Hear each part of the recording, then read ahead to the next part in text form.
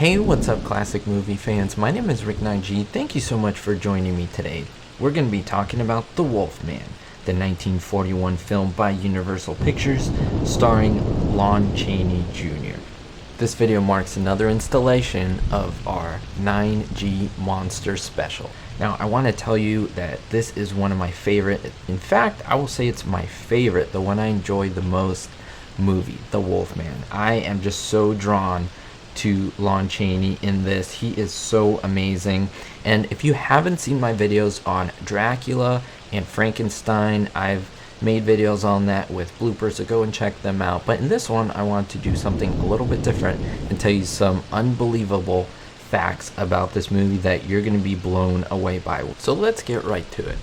As mentioned, this movie stars Lon Chaney Jr., the son of the very famous Lon Chaney, who played the Phantom of the Opera in that movie. Now, this movie came out a decade after the 1931 Dracula and Frankenstein hits, and shooting lasted from October 21st through November 25th, 1941, with a December 12th release. Let me tell you how quick and expedient that is. Most movies are filmed these days almost a year in advance, and even more sometimes with all the effects and things they have to add.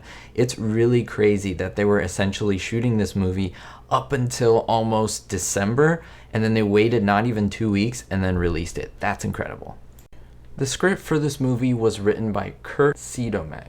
And during pre-production, there was an argument whether the main character played by Lon Chaney Jr., Lawrence Talbot, or Larry Talbot really was going to undergo a physical transformation to a werewolf on screen, or if this transformation was simply going to occur in his mind and left very vague and ambiguous. Now, the Wolfman was never to appear on screen in that version. However, the studio determined that it was better for the Talbot character to have a literal transformation into a werewolf. Why? Well, this would be more appealing to the audience and more profitable, and the script was revised accordingly. What do you think? Was this a good choice or a horrible choice?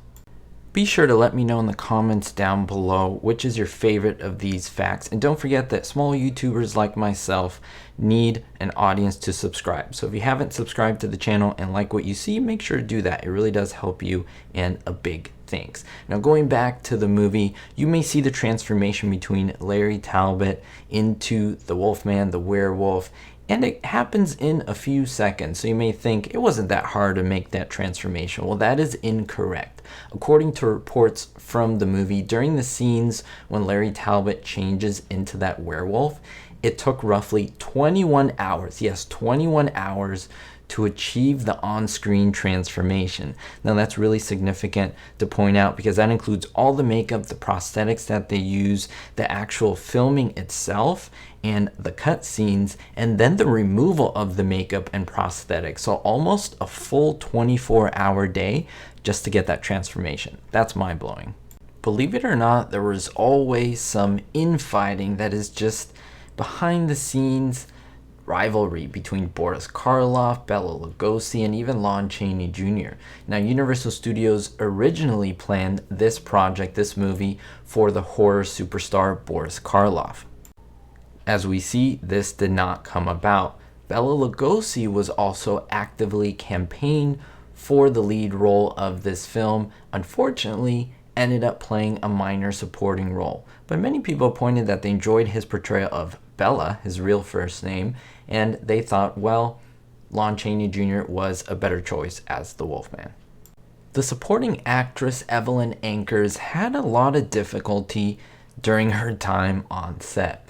Now, it was mostly due to actually a multitude of factors, one of them being Lon Chaney Jr. himself. Now, already angry at Anchors because she was giving his dressing room, the studio actually was punishing him for vandalizing studio property while he was a bit inebriated. Now, the actor himself would constantly irritate her. He would nickname her, give her these crazy nicknames, and scared her with his practical jokes. It was a common occurrence for him to sneak up behind her in between takes in full makeup as the Wolfman and scare her. She absolutely detested that. Continuing on with Evelyn Anchors, it just wasn't Lon Chaney Jr. who gave her a hard time. She had her own troubles. Now, she recalled once that during the filming of the final scene, the final confrontation, she was required to faint and then remain on the floor until the fight scene between Lon Chaney Jr. and Claude Rains was finished. Now, Anchors recalled that during one take, she stayed on the floor so long and that the low-hanging chemical fog that was being used in the scene, it caused her to pass out. Now, when the take was finished, the film crew began rearranging the cameras, the lights for the next take, and they didn't even notice that Anchors was on the ground, basically laying flat and passed out, and she had not even emerged from the floor. Finally, someone from the crew realized that she was missing, and she was pulled up from the fog and revived. I don't know about you, but I think that's kind of funny. Now, changing gears just a little bit, that's actually a funny word, gear, because we're going to talk about the car. This car was the Isotta Fraschini. I hope I'm saying that correctly. It's an Italian car that was only produced to about 1935. Now, it makes its way into this film, and at the time, it was worth $20,000, which wasn't a small thing. Now, what mostly gives the car away is the lightning bolts on the grille, and this is the car at the time of John Talbot's. Now, this is a luxury vehicle, as I mentioned, from Italy, and when the company stopped the pre-war production of its vehicles, it was something that many were shocked in the car community. Today, Isotta Fraschini sell at auction for well into six figures, some going for more than $1 million. So we're looking at $1 million car here. Now, if you take a look at the setting of the movie itself, it was deliberately left for undefined so that there really wasn't a specific location you can pinpoint. Of course, of Dracula, we have London, we have Transylvania. And pay close attention because some of the scenes of the village look like the same village used in Frankenstein 1931. Particularly the scene when the gypsy woman was coming to town in a horse and buggy and passed under the archway. Seems to me they reused the same sets. Now, everyone who knows about werewolves or wolfmen know that silver bullets are the only way you can kill a werewolf.